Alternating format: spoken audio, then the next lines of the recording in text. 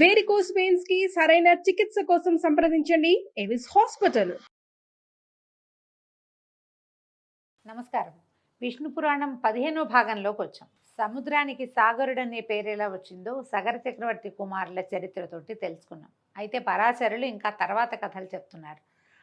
అంశుమంతునికి దిలీపుడు అనే కుమారుడు కలిగాడు. దిలీపుని కాలంలో కూడా తాత తండ్రుల కోసం ఏమీ చేయలేకపోయారు. కానీ దిలీపుని కుమారుడైనటువంటి భగీరథుడు మాత్రం రాజ్యాన్ని వదిలిపెట్టి బ్రహ్మ కోసం, పరమేశ్వరుడి కోసం, గంగానది కోసం ఎంతో తపస్సు చేసి చివరికి ఆ గంగానదిని పాతాళలోకంలోకి ప్రవేశింపజేసి త్రిపథగామిని చేసి ఆమెని భాగీరథి అని తన పేరునే గంగానదికి వచ్చేలాగా ప్రయత్నం చేసి తన ప్రయత్నంతో ప్రపంచంలోనే గుర్తింపు పొందాడు.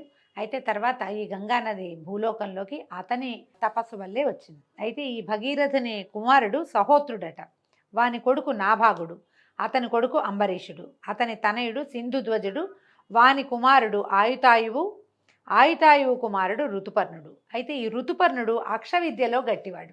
మధ్యలో అందరి కథలు చెప్పట్లేదండి, కొన్ని ప్రత్యేకమైన గాథలే చెప్పబడ్డాయి. ఈ ఋతుపర్ణుడు ఏంటంటే అక్ష విద్య అంటే ఇతను పాచికలాడడంలో చాలా గొప్ప సమర్థుడట. ఈయన ఏం చేశాడు, జూదంలో ఓడిపోయి దుర్దశలో ఉన్న నలుడికి నలచక్రవర్తికి ఆ విద్యని అక్ష విద్యని ఉపదేశించి తిరిగి రాజ్యాధికారం వచ్చేలాగా చేశాడు. ఈ ఋతుపర్ణుడికి సర్వకాముడు, అతనికి సుదాసుడు, అతనికి మిత్రసఖుడు అని కుమారులు ఉన్నారట. ఈ మిత్రసఖుడు రాజ్యం చేస్తూ ఒకసారి వేటకు వెళ్ళి భయంకరంగా గాండ్రిస్తున్నటువంటి 2 పులులను చూసి ఇట్లా అనుకున్నాడట, ఈ క్రూర మృగాల గాండ్రింపుల చేతనే చుట్టుపక్కల ఎక్కడా ఏ మృగము లేదు, బెదిరి ఎక్కడికో మరింకో అడవికో వెళ్ళిపోయి ఉంటాయి అని అనుకుని ఏం చేశాడట, ఒక పెద్ద బాణంతో, మహాబలమైన బాణంతో ఒక దానిని పడగొట్టాడట. పడగొడితే అది రాక్షసాకారంతో పడిపోయిందట పులి. యాక్చువల్గా అవి పులులు కాదనమాట, నిజానికి అవి రాక్షసులు, కానీ పులి రూపాలలో క్రీడిస్తున్నాయి అవి. ఎప్పుడైతే ఇతను ఒక పులిని పడగొట్టాడో రెండో పులి ఏం చేసింది, రాక్షసాకారంలోకి మారిపోయి నా తోటి పులిని పడగొట్టావు, దీనికి ప్రతిక్రియ చేస్తాను చూడు నీకు అని రాక్షసాకారంతో వెళ్ళిపోయింది. ఇతను రాజు ఆశ్చర్యపడి అప్పుడేం చేయాల, నీ పని పడతా, నీ అంతు చూస్తా అని చెప్పి మాత్రం వెళ్ళిపోయింది. రాజు ఆశ్చర్యపోయి నగరానికి వెళ్ళిపోయాడు. కొన్నాళ్ళు అయ్యాక ఈ సౌదాముడు కులాచారుడైన వశిష్ఠుడు పురోహితుడుగా యజ్ఞం చేశాడట. అయితే కొన్నాళ్ళ తర్వాత ఈయన తన కులాచారుడైన వశిష్ఠుడు పురోహితుడిగా ఒక యజ్ఞం చేశాడు. ఆ యజ్ఞం అయిపోయిన తర్వాత వశిష్ఠుడు అనుష్ఠానార్థం దగ్గరలో ఉన్నటువంటి ఒక నదికి వెళ్ళాడట. ఆ అడవిలో ఆ సమయంలో ఆ నది దగ్గరికి పగబట్టి వెళ్ళిపోయిన రాక్షసుడు వశిష్ఠుడిగా మారి ఇక్కడికి వచ్చాడు. రాజా, యజ్ఞం అయిపోయింది, ఇక నాకు భోజనం నరవంశంతో భోజనం పెట్టించు, ఇదే నా కోరిక అని అన్నాడు. రాజు ఆశ్చర్యపోయాడు, వశిష్ఠ మహర్షి ఇంత పాట అడుగుతున్నాడు ఏమిటా అని. సరేనన్నాడు. మరి ఆయన అడిగినప్పుడు కాదనకూడదు కదా. సరే, రాక్షసుడు వంట వండటానికి వంట కూడా దానికి సరేనన్నాడు. ఇంకేం చేయలే. ఆ వంటవాడు ఏం చేశాడట, ఒక మనిషిని చంపి వండి ఒక బంగారు పళ్ళెంలో పెట్టి రాజు దగ్గర పెట్టి వెళ్ళిపోయాడు. ఇది చూడండి, రాక్షసుడే వశిష్ఠుడిగా మారి రాజు దగ్గరకు వచ్చాడు, వంటవాడుగా మారి వంట కూడా వండి తెచ్చి ఇక్కడ పెట్టాడు. ఇప్పుడు అసలు వశిష్ఠుడు వచ్చాడనమాట. ఈయన భోజనానికి వచ్చి కూర్చునేసరికల్లా గురువుకి తెలియకుండా ఇతను ఏం చేశాడు, ఈ రాజు అతనికేం తెలిసి మారిపోయాడు వశిష్ఠుడు, ముందు వచ్చిన వాడు వేరు, తర్వాత వచ్చిన వాడు ఇంకొకరు, అది తెలియక నరమాంసం దీనిని నరమాంసాన్ని గురువు గారికి వడ్డించేసరికల్లా ఈ ముందు గది తెలియని వాడే చేశాడా చెడపని అతనికి అర్థం కాల, తెలీదు ఏం జరిగిందో.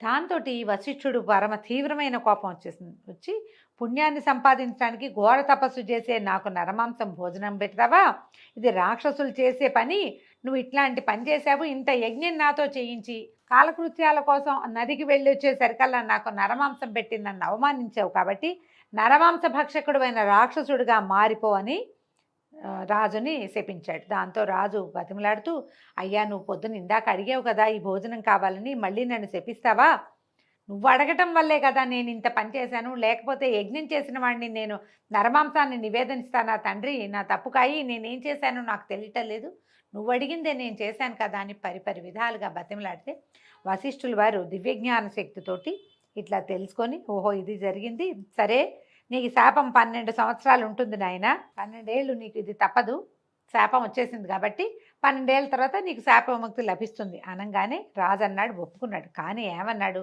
నిరపరాధిని నేను, నన్ను నిష్కారణంగా శపించావు, ఇక నుంచి నువ్వు సూర్యవంశీయులకి ఆచార్యుడు కాక విచారిస్తూ ఉందువు గాని అని ప్రతిశాపాన్ని పలికాడు. కోపం తట్టుకోలేకపోయాడు రాజు కూడా. నువ్వు అడిగావు కాబట్టే పెట్టాను, నువ్వు రూపం మార్చుకొచ్చావని నాకెట్లా తెలుస్తుంది, నాకు తెలీదు, నేను మామూలు మానవుడిని, నువ్వు గురువువి, మంత్రవాదివి, మంత్రం తెలిసిన వాడివి, శాస్త్రం తెలిసిన వాడివి, కాబట్టి నిన్ను కూడా నేను శపిస్తానని సూర్యవంశీయులకి ఆచార్యుడు కావద్దు ఇంకా నువ్వని నీళ్లు తీసాడట, జలం చేత్తో పుచ్చుకున్నాడు, చల్లబోయాడట. ఇంతలో ఆయన రాణైనటువంటి మదయంతి వచ్చి, ఆగు ఆగు, అట్లా శపించచ్చా, గురువుని శపించకూడదు మనం, నువ్వు పొరపాటు చేస్తున్నావని ఆమె ఆపేసరికల్లా రాజుకి అప్పుడు తిప్పుకున్నాడు, కోపం తిప్పుకున్నాడు. కానీ ఈ శాపజలాలు ఎక్కడ చల్లినా లోకానికే చికాకు కలుగుతుందని తన కాళ్ళ మీదే చల్లుకున్నాడట. ఇంకెక్కడ చేయలేక భూమిని, అంటే ఎవ్వరికీ ఆ కల్మషం తగలకూడదు అనుకుని తన పాదాల మీదే చల్లుకునేసరికల్లా ఏమైందట, వెంటనే అవి పాదాలు నల్లగా అయిపోయినాయట, మాడిపోయినట్టు అయిపోయినాయి, పాదాలు కళాకాంతి లేకుండా అయిపోతే అప్పటి నుంచి ఆయన పేరు కల్మాషపాదుడు అయ్యాడట ఆయన. అయితే ఈ కల్మాషపాదుడు అయ్యి గురువు శాపం వల్ల ఈ రాజు రాక్షసుడై రాత్రివేళ అడవుల్లో ఉండి వచ్చేపోయే నరులను చంపుతూ వారి మాంసాన్ని భక్షిస్తూ పగలు నరుడుగా కూడా ప్రవర్తించేవాడట.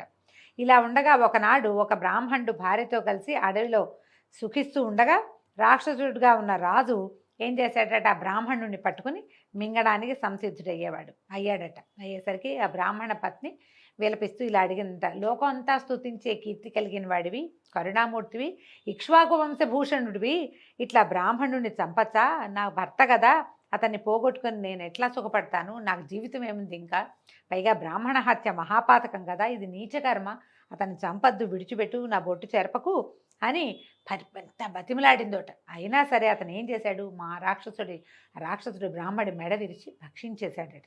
ఆ బ్రాహ్మడు భార్య, ఆయన పిచ్చి కోపం వచ్చింది ఆవిడకి, కోపించి ఏమదట, దుర్మార్గుడా, కలిసి సుఖించే సమయంలో నాకు పతి లేకుండా చేసావు కాబట్టి నీ భార్యతో సుఖించడానికి నువ్వు సిద్ధపడిన వెంటనే చచ్చిపోదువుగా అని శపించి అగ్నిప్రవేశం చేసిందట. ఇలా రాజు చేసిన ఈ దారుణ కార్యానికి ఆ అడవిలో ఉన్న భూతాలన్నీ హాహాకారాలు చేశాయి. ఏం చేస్తారు, ఇక చేయగలిగేది ఏం లేదు, అతనికి ఏమో అలాంటి శాపం ఉంది, శాపం ప్రకారం అతను ప్రవర్తిస్తాడు, ఇంకదే జరుగుతుంది అక్కడ.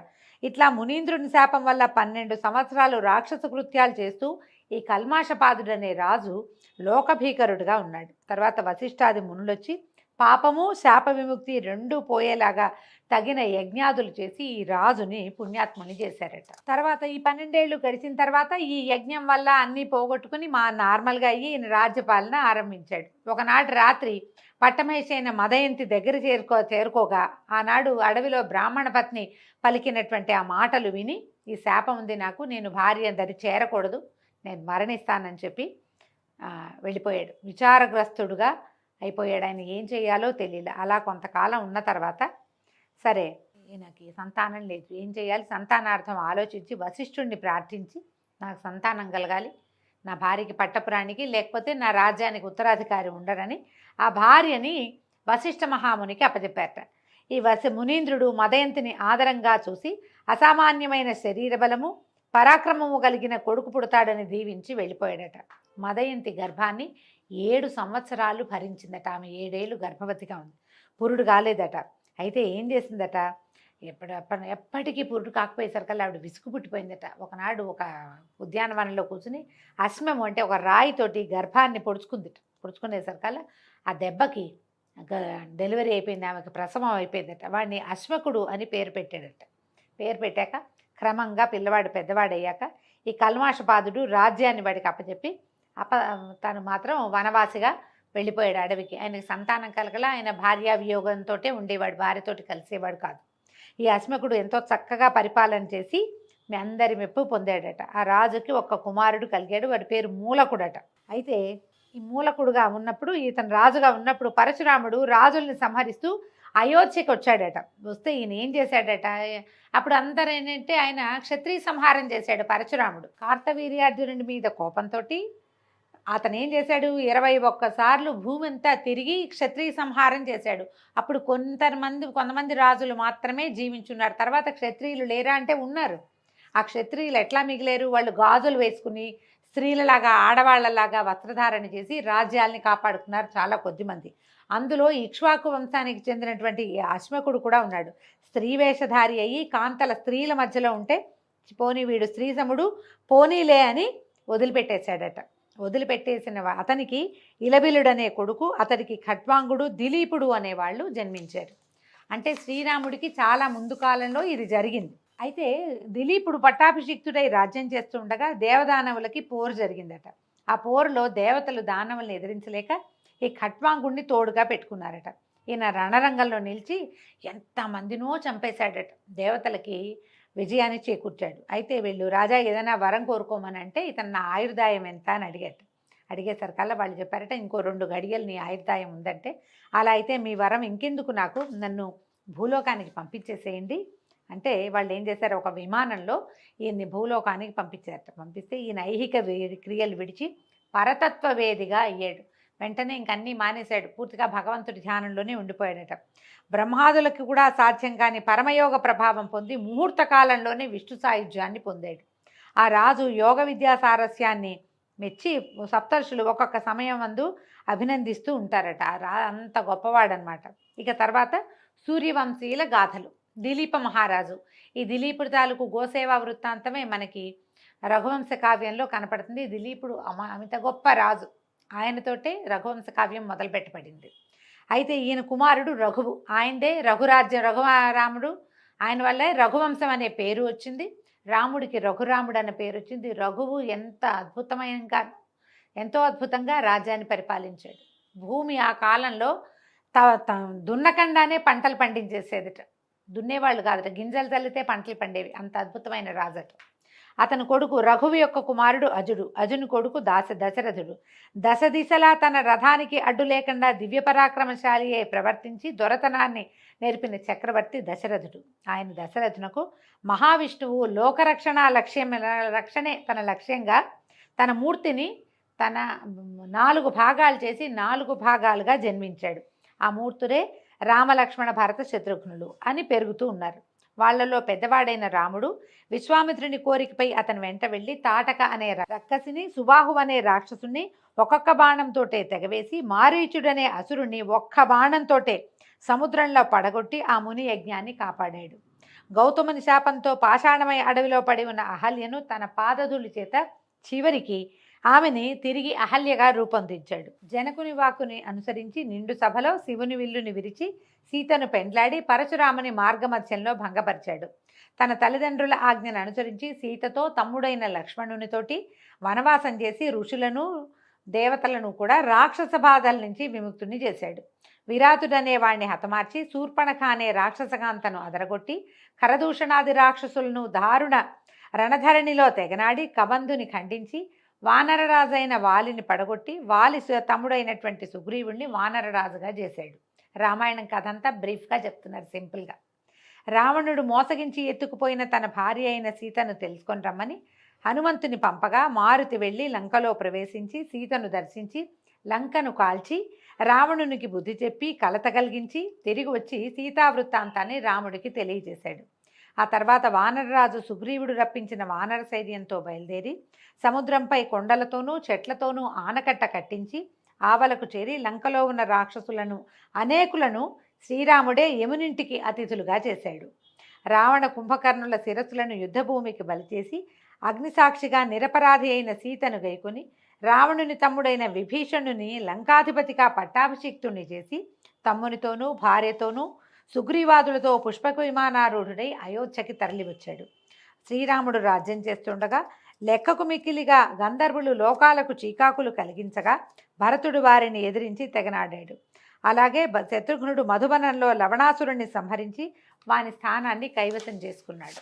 ఇలాగా ఆ 4 అన్నదమ్ములు దుష్ట శిక్షణ శిష్టరక్షణ చేస్తూ చిరకాలం హాయిగా గడిపి చివర కోసల రాజమందున్న అన్ని వర్గాల వారితోటి పరలోకానికి వెళ్ళిపోయారు. రాముని కుమారులైన కుశలవులు, లక్ష్మణుని కుమారులైన అంగదుడు చంద్రసేనుడు, భరతుని సుతలు తక్షకుడు పుష్కరుడు, శత్రుఘ్ని కుమారులైన బాహుడు సూరసేనుడు ఈ 8 దిక్కుల పరిపాలన ఎదురు లేకుండా చేశారు. వారిలో వంశకర్త కుశుడు. కుశుని కొడుకు అతిథి, వానికి నిషధుడు, వానికి నలుడు, వానికి నభసుడు నభసునకు పుండరీకుడు, వానికి క్షేమధ్వజుడు, వానికి దేవానీకుడు, అతడికి అహీనుడు, వానికి పారియాత్రుడు, అతనికి దళుడు, దళునకు చెలుడు, వానికి యుక్తుడు, వానికి వజ్రనాభుడు, వానికి శంఖుడు, అతనికి సుషితాశ్వుడు, వానికి విశ్వసకుడు, వానికి హిరణ్యనాభుడు. ఇలాగా ఆ వంశం ఎంతో కాలం పరిఢవిల్లుతూ ఉన్నది. హిరణ్యనాభుడు యాజ్ఞవల్క్యునకు శిష్యుడై యోగ విద్య నేర్చి మహాత్ముడయ్యాడు. అతని కొడుకు పుణ్యుడు, అలాగే ధ్రువుడు, శీఘ్రుడు, వాని కొడుకు మరుడు. మరుడు యోగశక్తి అమితంగా కలిగినవాడు. రాబోయే యుగాలలో కూడా సూర్యవంశం పెరుగుతూ ఉండాలని తపోయోగంతో కలాపం అనే గ్రామానికి రామంలో ఉండేవాడు. ఈ అమరుని కొడుకు ప్రత్యాకుడు, వాడికి సుగంధి, వాడికి అమర్షణుడు, వాడికి అహస్వంతుడు, అతనికి విశ్వభవుడు, వానికి బృహద్బలుడు కలిగాక ఈ బృహద్బలుడు తర్వాత యుగమైనటువంటి ద్వాపర యుగంలో భారత యుద్ధంలో అర్జునపుత్రుడైన అభిమన్యుని చేత పరలోకగతుడయ్యాడు. అని ఇలాగా ఇక్ష్వాకునందనుడైన శశాదుని వంశంలో ప్రసిద్ధులైన రాజుల చరిత్రల్ని పరాశర మహర్షి తన శిష్యుడైన మైత్రేయుడికి తెలియచేశాడండి.